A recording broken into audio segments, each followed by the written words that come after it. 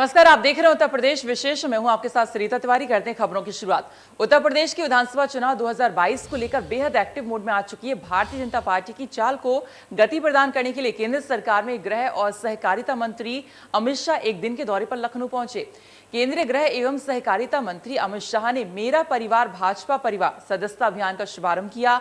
Bharatiya Janata party के सदस्यता अभियान का शुभारंभ करने के साथ ही विपक्ष को भी उन्होंने आड़े हाथों लिया।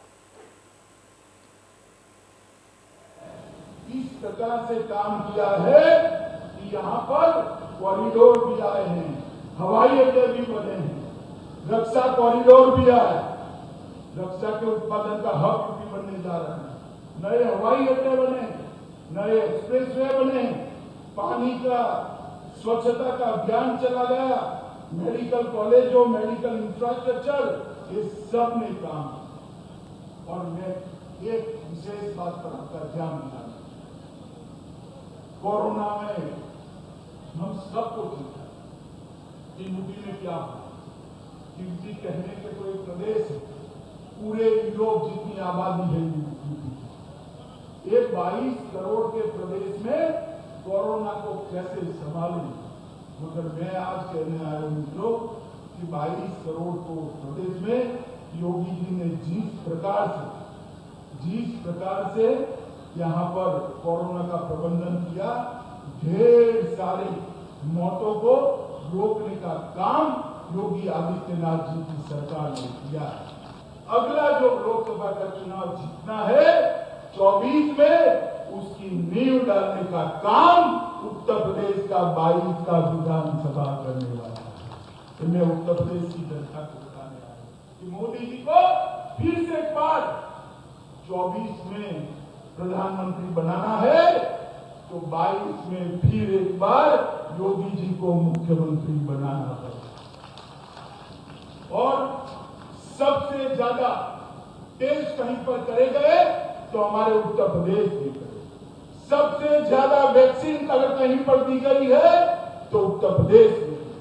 सबसे ज्यादा अस्पताल नए बने तो उत्तर प्रदेश में। सबसे ज्यादा बेड बने हैं तो उत्तर प्रदेश में। 400 ऑक्सीजन प्लांट लगने वाले हैं, 193 लग चुके।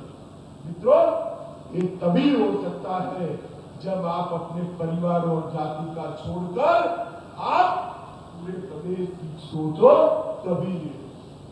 मित्रों, ये भारतीय जनता पार्टी विकास के लिए समर्पित पार्टी। सबसे बड़ा काम अगर योगी सरकार ने किया है तो माफियाओं से उत्तर प्रदेश को मुक्ति दिलाने का काम किया। मित्रों, सारे नेशनल क्राइम रिपोर्ट की साइट पर चले जाइए, सारे पैरामीटर्स में उत्तर प्रदेश में भयंकर सुधार करने का काम योगी आदित्यनाथ जी ने। 150 से ज्यादा अपराधी मुठभेड़ में मारे गए। लखनऊ, नोएडा, कानपुर, वाराणसी में कमिश्नरेट प्रणाली लागू की। लगभग 1,43,000 से ज्यादा पुलिस कर्मचारियों का भर्ती किया और इसमें कोई भ्रष्टाचार नहीं है, कोई जातिवाद नहीं है, कोई परिवारवाद। यूपी में चुनाव को लेकर सभी पार्टी तैयारियों में जुट गई हैं। सभी पार्टी जनता के साथ लुभावने वादे कर रही हैं, लेकिन इस बीच महंगाई चुनाव में सबसे बड़ा मुद्दा बना हुआ है। बीजेपी कार्यकर्ताओं का कहना है कि महंगाई पर कंट्रोल कर लिया जाएगा और इस बार हम सरकार बनाएंगे। मेरा परिवार भाजपा परिवार, जी हाँ, इस नारे के साथ आज अमित शाह लखनऊ पहुंच रहे हैं और यहाँ पर किस तरीके से सदस्य को जोड़ा जाए इस पर पूरा काम करेंगे। यहाँ से वाहन जारी किए जाएंगे जो कि प्रचार प्रसार करेंगे योगी सरकार का और बताएंगे कि आखिर योगी सरकार को वापस लौटना चाहिए। लेकिन जो असल मुद्दे सरकार के सामने वो इस वक्त हैं वो है महंगाई का मुद्दा, और जो सबसे ज़्यादा परेशान है वो गृहिणियों में परेशान है। हमारे साथ कुछ महिला कार्यकर्ता मौजूद है जिन पर जिम्मेदारी होगी कि लोग को जोड़े। ये वो स्टेज यहाँ पर होंगे और उनसे हम बात करेंगे, कुछ जो महिला कार्यकर्ताओं से बात करते हैं। श्वेता जी, सबसे बड़ी समस्या इस वक्त सामने महंगाई की, पेट्रोल के दाम हो, सरसों का तेल हो, सब आसमान छू रहे हैं। जनता त्राही त्राही कर रही है, क्या कर रही है आपकी सरकार? देखिए, सरकार ने तमाम तरीके की योजनाएं बना रही है और आगे आने वाले समय में आपको महंगाई पूरी कंट्रोल दिखेगी। और जो महंगाई इस समय आप देख रही है वर्ल्ड वाइड है, जिस तरीके से कोविड का इम्पैक्ट रहा है, ये पोस्ट कोविड इम्पैक्ट है। बट जिस तरीके से हम लोग ने कोविड को इस बहादुरी से उसका सामना किया और सरकार के द्वारा इतने अच्छे कदम उठाए गए कि आज हम सब सुरक्षित हैं, उसी आधार पर मुझे लगता है आगे आने वाले समय में भी हम लोग महंगाई को भी कंट्रोल कर ले जाएंगे। लेकिन मेंबरशिप ड्राइव जो चलाने की बात हो रही है, कहा जाता है कि दुनिया की सबसे बड़ी पार्टी है भारतीय जनता पार्टी, और कितने लोग को जोड़ना चाहती है और किन मुद्दों पर लोग को जोड़ेंगे आप? हम अपनी सरकार की योजनाएं लेके लोगों के बीच में जा रहे हैं। हम लोग अपने आप जुड़ रहे हैं, हम लोग को जोड़ना नहीं पड़ रहा है। लोग आप बड़ी संख्या में आप देख रहे होंगे प्रदेश कार्यालय में होड़ लगी हुई है कि मैं भी ज्वाइन करूंगा, मैं भी ज्वाइन करूंगी। इवन विपक्ष तो भाई साहब अब रही नहीं गया। अब हम लोग सब एक होके काम करेंगे और हम लोग आश्वासन देते हैं कि हम लोग इस बार फिर अपनी सरकार बना रहे हैं और 300 पार। और मेरा परिवार भाजपा परिवार है, ये पूरा देश में होने वाला है। पूरा देश में होने वाला है। और महिला शक्ति आधी आबादी जो है वो हमारे योगी आदित्यनाथ जी के साथ और मोदी जी के साथ है।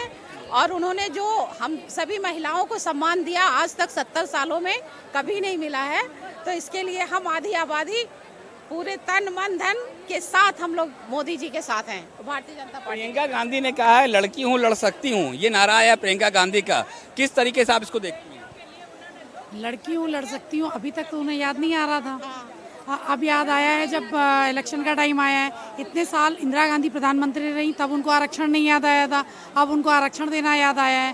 तो काफ़ी चीज़ें हैं जो अब उनको याद आ रही, पहले क्यों नहीं याद आई थी। आप क्या कहते हैं, आप भी महिला हैं, लड़की होंगी, क्यों? मैं आपको बताना चाहूंगी कि मैं रायबरेली की रहने वाली हूँ। पिछले 30 साल से रायबरेली में ही काम कर रही हूँ। प्रियंका गांधी से मैं ये पूछना चाहती हूँ वो कितने बार महिलाओं से मिली हैं। आती हैं गेस्ट हाउस से वापस चली जाती हैं, और महिला क्या पुरुष से भी जो उनके इर्द गिर्द मिलने वाले लोग हैं उनसे मिलके चली जाती हैं।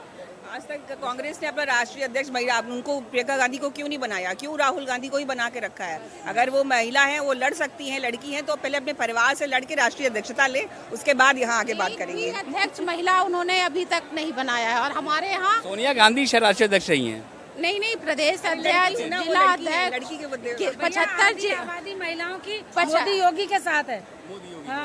आधी आबादी मोदी योगी के साथ है। और जो प्रियंका गांधी का नारा था लड़कियों लड़ सकती हूँ, उस पर बड़ा सवाल खड़ा किया है इन भाजपा कार्यकर्ताओं ने कि अगर प्रियंका गांधी ये कहती हैं तो सबसे पहले वो अपने परिवार में लड़ करके खुद अपनी पार्टी राष्ट्रीय अध्यक्ष बन जाए, फिर आगे बात करें। अब देखना ये है कि मेंबरशिप ड्राइव कितनी ज़्यादा सफल होती है, और साथ ये भी देखना होगा कि जिस ऊर्जा के साथ ये लोग आज बात कर रही हैं, क्या उतना ऊर्जा वोट में तब्दील हो पाती है, ये देखने वाली बात होगी। वीडियो जर्नलिस्ट संदीप के साथ खुर्रम निजामी, इंडिया न्यूज़। संयुक्त किसान मोर्चा के आह्वान पर अमरोहा के जोई के मैदान में फिर से किसानों की महापंचायत आयोजित होने जा रही है। 17 अक्टूबर को इस महापंचायत को होना था, मगर बारिश के चलते यहां लगाया गया पंडाल तहस नहस हो गया था। अब फिर से कल यानी 30 अक्टूबर को दोपहर 12 बजे इस महापंचायत को आयोजित किया जा रहा है। भारतीय किसान यूनियन के राष्ट्रीय प्रवक्ता राकेश टिकैत समेत कई बड़े किसान नेता इस महापंचायत में शामिल होंगे। वहीं लाखों की संख्या में किसानों के पहुंचने की उम्मीद भी जताई जा रही है, जिसको लेकर प्रशासन पूरी तरह से अलर्ट मोड पर है। हम इस वक्त मौजूद हैं अमरोहा के जोई मैदान में, जहां पर संयुक्त किसान मोर्चा के आह्वान पर एक विशाल महापंचायत होने वाली है। बता दें कि 17 अक्टूबर को महापंचायत का आयोजन होना था, मगर भारी बारिश के चलते जो पंडाल लगाया गया था वो जो है तहस नहस हो गया था। वहीं किसानों के द्वारा 30 अक्टूबर को इस महापंचायत को करने का फैसला किया गया था। किस तरीके से यहाँ पर तैयारियाँ चल रही हैं कल की महापंचायतों को लेकर, जो किसान नेता हैं और जो यहाँ के भारतीय किसान यूनियन के पदाधिकारी हैं वो गांव-गांव जाकर वो संपर्क कर रहे हैं। भारतीय किसान यूनियन के राष्ट्रीय प्रवक्ता राकेश टिकैत समेत कई बड़े किसान नेता इस महापंचायत में शामिल होंगे और लाखों की संख्या में किसानों की पहुंचने की उम्मीद जताई जा रही है। वहीं प्रशासन भी अलर्ट मोड पर है इस महापंचायत को लेकर।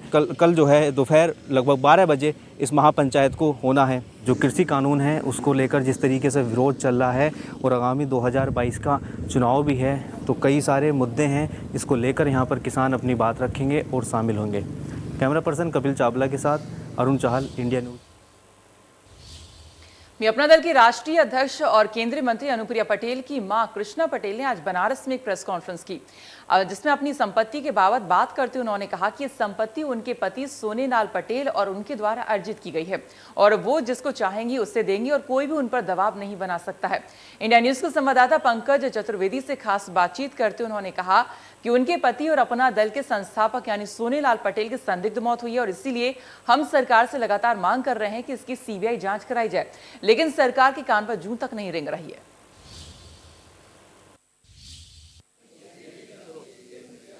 हमारे संग अपना दल कमेरावादी की राष्ट्रीय अध्यक्ष और केंद्रीय मंत्री अनुप्रिया पटेल की माताजी कृष्णा पटेल जी हैं, उनसे बात करते हैं। पहले तो स्वागत है आपका इंडिया न्यूज़ में। आपने आज प्रेस वार्ता एक आहूत की थी, तो क्या पर्पज रहा उसका? देखिए, बहुत से चर्चे में चल रहा होगा, आपने हमारे घर की प्रॉपर्टी को लेकर तमाम बातों को लेकर उठापटक चल रही थी, तो उसी के विषय में मैंने आज प्रेस वार्ता की थी और आज हम आप लोगों से मुखातिब होना चाहते थे, अपनी बात को साफ आपसे कहना चाहते थे। जैसे प्रेस वार्ता में आपने कहा कि सोनेलाल पटेल जी की हत्या हुई है, उसकी सीबीआई जांच होनी चाहिए, तो आखिर ये इतने दिन बाद क्यों याद आई ये बात? हम लोग निरंतर सीबीआई जांच के लिए लगभग उत्तर प्रदेश शासन को हम देते जा रहे हैं, लेकिन उन लोगों ने आज तक हमारी सुनवाई नहीं। हमने एक बार नहीं अनेकों बार उनको सूचित कराया है कि उनकी सीबीआई जांच होनी चाहिए, लेकिन शासन में सत्ता में जो बैठे लोग हैं वो हमारी बात को ध्यान नहीं देते हैं। किसके शव पे टाला जा रहा है?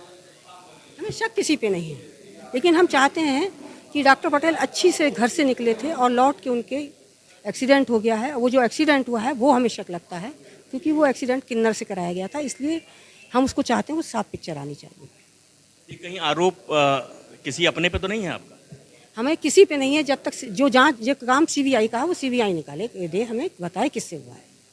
एक चीज़ और कहना चाहेंगे, आपसे पूछना चाहेंगे कि जैसे अनुप्रिया पटेल जी चाहे आशीष पटेल जी का कहना है कि माता जी अगर तैयार हो जाएंगे तो मैं अपनी विधान परिषद ही छोड़ के उनके लिए अपनी एमएलसी की सीट खाली कर दूंगा, और उनका ये भी कहना था कि आपकी जो छोटी बेटी हैं अमन हैं वो इसमें बिचौलिया बन रही हैं, बाकी पार्टी के कुछ वरिष्ठ नेता और आपके जो करीबी रिश्तेदार हैं, तो आप दोनों के बीच सेतु का काम कर रहे हैं, क्या कहेंगे इस पर? देखिए, ऐसा है, सही बात तो ये है, किसी को बिचौलिया बनने का, किसी को सेतु बनने की ज़रूरत ही नहीं थी, और प्रॉपर्टी के लिए उस चीज़ के लिए अभी समय नहीं था। जब समय होता हर माँ बाप बच्चे को तो मैं खुद ही दे देती, लेकिन कोई मेरे ऊपर दबाव डालने की ज़रूरत नहीं। जो प्रॉपर्टी है वो मेरी और मेरे पति की बनाई हुई संपदा है, तो इसको मैं जब अपने हिसाब से चाहूँगी उस हिसाब से जिसको देना चाहूँगी दूँगी।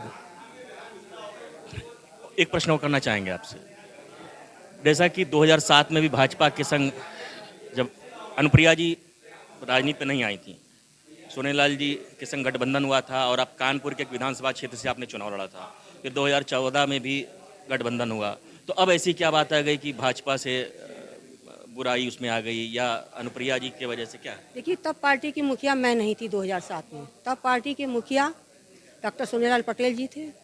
मैं तो एक प्रत्याशी के रूप में चुनाव लड़ने आई थी, इसलिए फैसला जो होता है वो राष्ट्रीय अध्यक्ष का होता है, तो उस समय जो फैसला डॉक्टर सोनेलाल पटेल जी का था उसको हम लोगों ने स्वीकार था। 2014 में अनुप्रिया ने कहा मेरे से कि तो मैंने गठबंधन किया था, लेकिन गठबंधन होते ही हमारी पार्टी के दो फाड़ कर दिए गए, हमारी पार्टी को तितिर बितिर कर दिया गया, हमारे कार्यकर्ता को बांट दिया गया, इसलिए मैं भाजपा से अब गठबंधन नहीं करूँगी।